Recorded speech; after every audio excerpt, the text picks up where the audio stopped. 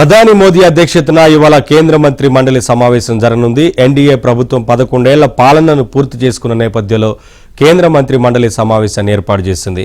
ఈ నెల 9వ తేదీతో ఎన్డీఏ ప్రభుత్వం మూడోసారి అధికారంలోకి వచ్చి సంవత్సర కాలం పూర్తయింది. ఈ సమావేశంలో కేబినెట్, స్వతంత్ర సహాయ మంత్రులు సహా వివిధ మంత్రిత్వ శాఖల ఉన్నతాధికారులు పాల్గొనున్నారు. సంవత్సర కాలంలో తమ శాఖల ప్రగతి నివేదికలను కేంద్ర మంత్రులు సమావేశంలో తెలియజేయనున్నారు.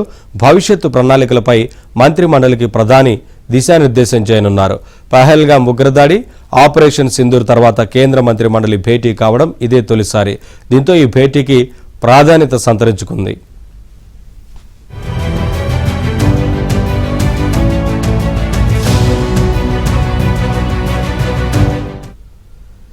ఆపరేషన్ సింధూర్లో భారత యుద్ధ విమానాలు ఎన్ని కూలిపోయాయో చెప్పాలని ప్రతిపక్షాలు పెద్ద ఎత్తున డిమాండ్ చేస్తున్నాయి. ఆపరేషన్ సింధూర్కు సంబంధించి కేంద్రంలోని మోడీ ప్రభుత్వం దేశాన్ని తప్పుదారి పట్టిస్తోందని, దీనిపై చర్చించేందుకు పార్లమెంటు ప్రత్యేక సమావేశం ఏర్పాటు చేయాలని ప్రధాన ప్రతిపక్షం కాంగ్రెస్ బలంగా డిమాండ్ చేస్తోంది. తన వల్లే పాక్, భారత్ మధ్య కాల్పుల విరమణ ఒప్పందం కుదిరిందంటూ అమెరికా ప్రెసిడెంట్ డొనాల్డ్ ట్రంప్ పదే పదే చెబుతుంటే దీనిపై ప్రధాని మోదీ ఎందుకు మౌనంగా ఉన్నారో సమాధానం చెప్పాలని నిలదీస్తున్నారు.